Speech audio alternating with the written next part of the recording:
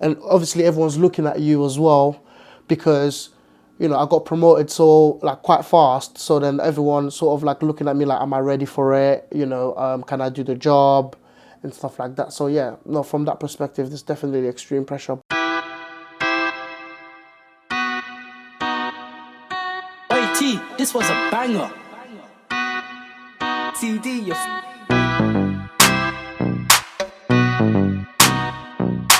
My name is Lunick Bourgess, and I'm 25 years old.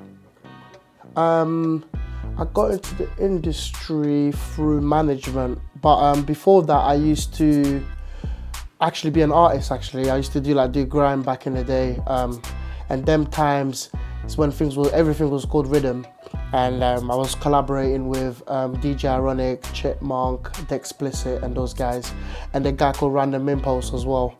And after a while, like I was doing mixtapes and stuff like that, but I felt like, you know, the artist thing, it wasn't really for me.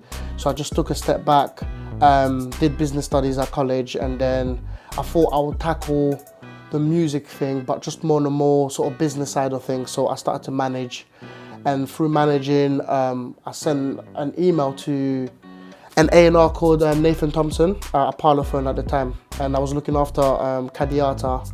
And through that, I met him. He introduced me to a few other people, and then I also DM'd a guy called David Agador on Instagram actually. But he was just impressed by like my energy and stuff, so he gave me an internship at his management company called A-Class Consultancy and Management. So I was like helping out with Nick Brewer and stuff like that, and just getting to know other people and stuff. And through that, I just built a relationship with more and more A&Rs. Sent some stuff to people, and eventually few A&Rs start asking around who I was and stuff like that. And then like 10 months of getting to know people, I got offered about 5 jobs to do A&R and stuff, and then just decided to come to Virgin, and that's how I broke into the industry. Do you know what? It goes back to my, you know, when I was an artist, so my love of music, you know, it's always made me curious. You know, at them times I was like, things like managers, like just having a manager, you just felt like you was progressing psychologically. So I used to go and buy records, because originally I was brought up in Hackney. So I went to Homerton's Boys before it got closed down. And when my mum used to give me money, I used to just go to the record store and just buy songs, singles and stuff like that. And then when I used to just be curious, I just used to read the back of the leaflets, and I used to see this thing called A&R, and I was like wondering what it was. So when I looked online, and I got told on Wikipedia, I was like, oh yes, people that put things together. And my favorite artist is Jay-Z. So when I was buying his albums, I used to see a guy called Lenny S all the time.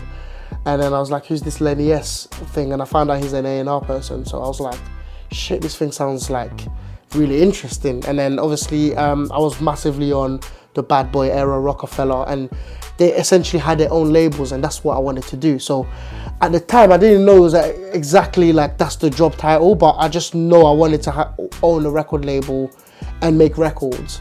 So that's what attracted me towards the A&R position, and I've always been just curious about it. So I was just doing a lot of research, which I think is very important. If you're into something, you should always look into something and find out, who the characters are or who's who, because then it allows you to position, yourself better. Being the youngest A&R at Virgin does add pressure for sure, because obviously you're having to find things every week.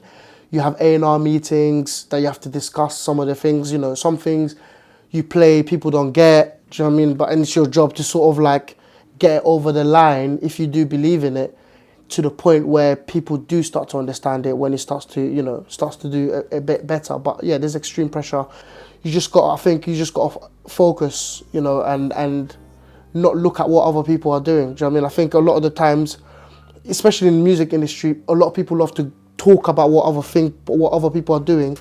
But I think what's allowed me to sort of, get to this position quite fast is just forgetting about that, or being aware of it, but not to the point where it's consuming you, but just focusing on what you want to, what you want to achieve and what you want to get out of it. And then I think that's what's been able to allow me to sort of like, progress quite fast.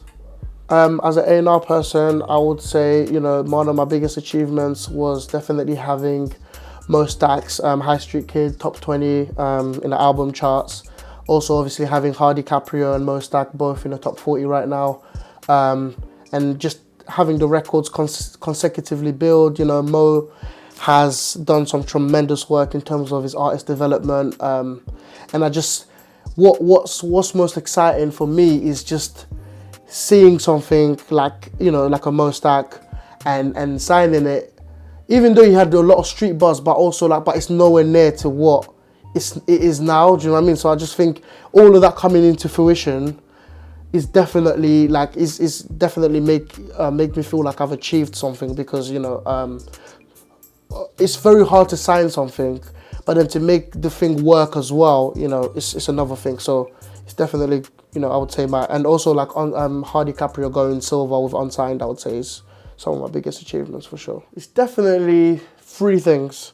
Want to be ahead of A&R, want to be a president of a major, and I want to have my own label that down the line just run, because I just think, you know, once you have something that you're into, that you want to do, I just think it's always the most, it's like you're taking the most risk, but you're also at the most peace, because you're understanding what you're wanting to do. Do you know what I mean? And you're having the freedom and just having the right backings to do what you want to do. But I would say definitely wanting to be ahead of A&R and president is on top of my list, 100%.